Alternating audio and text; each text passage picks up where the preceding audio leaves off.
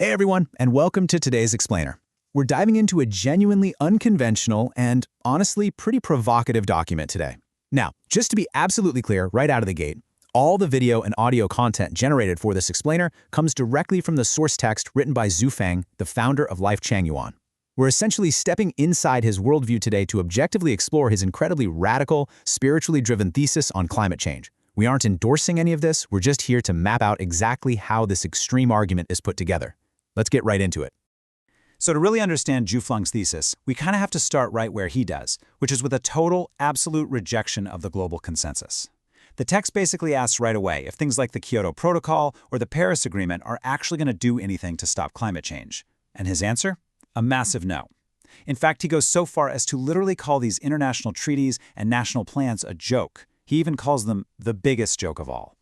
So right off the bat, he's just tossing the entire framework of international climate diplomacy straight out the window. And this comparison really hits the nail on the head as to why he dismisses all those treaties. You know how the mainstream is totally focused on treating the physical symptoms, right? We're talking carbon emissions, polluted rivers, livestock methane, all that stuff. Well, Zhu Feng takes a massive pivot.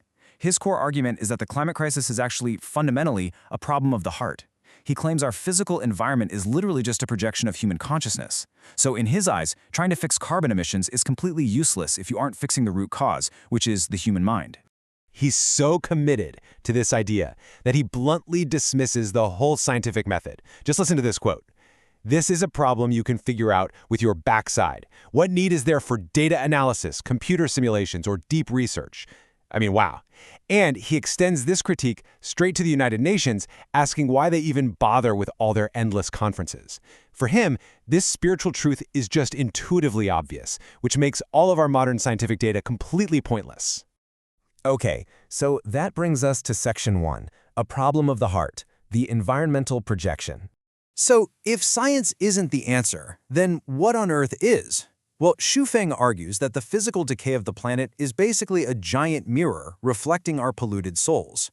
Therefore, the absolute mandatory prerequisite to fixing the climate is what he calls purifying human consciousness. He is super emphatic about this.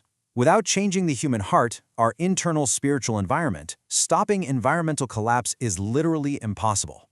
And get a load of the scale here. He's not saying this is a job for governments. He's saying this requires the active participation of absolutely every single person on the planet.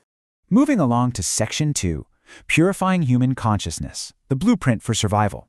If every single person has to purify their mind, how is that actually supposed to happen? Zhu Feng lays out a strict two-step solution, and these steps have to happen at the same time. Step 1 is theoretical guidance, and conveniently enough, Zhu Feng says he's already done the hard work and prepared all the necessary theory for humanity. We just need to learn and obey his teachings. Step 2 is order construction. This means actively building a whole new societal setup that he calls the life oasis model. According to him, combining his teachings with this new way of living is literally the only way out for us. Which leads right into Section 3, the life oasis model, abandoning tradition. To actually build this oasis, Zhu Feng isn't just asking for minor tweaks. He demands an all-or-nothing societal reset, basically requiring humanity to completely abandon all our traditional lifestyles and modes of production.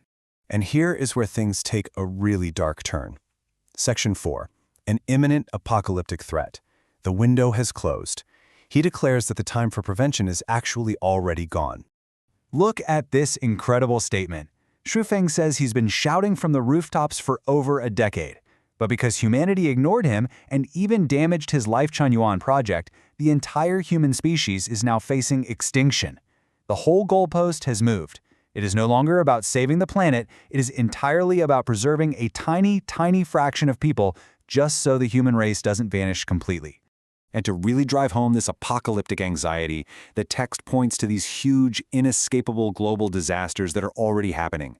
He specifically mentions the devastating fires in Paradise, California. He prophesies this endless wave of floods, extreme droughts, plagues, crazy temperature swings, and total societal collapse with war and robbery. And his main point here? It's chilling. He says absolutely nowhere on Earth is safe. If the floods don't get you, the heat or the plagues definitely will. There's no running away from this. This brings us to Section 5, the final ultimatum, urgent demands for humanity. Because time has supposedly run out, Xu shifts gears from theorizing to issuing some very direct, intense commands. First off, he lays down his ultimate justification for demanding total obedience. Now, we're impartially reporting his exact claims here, but he literally states, "I am the messenger of God, the incarnation of deities and Buddhas, and the greatest guiding spirit for humanity." He leans heavily on this self-proclaimed divine status to tell people that if they want to survive what's coming, they have to follow his guidance without a single question.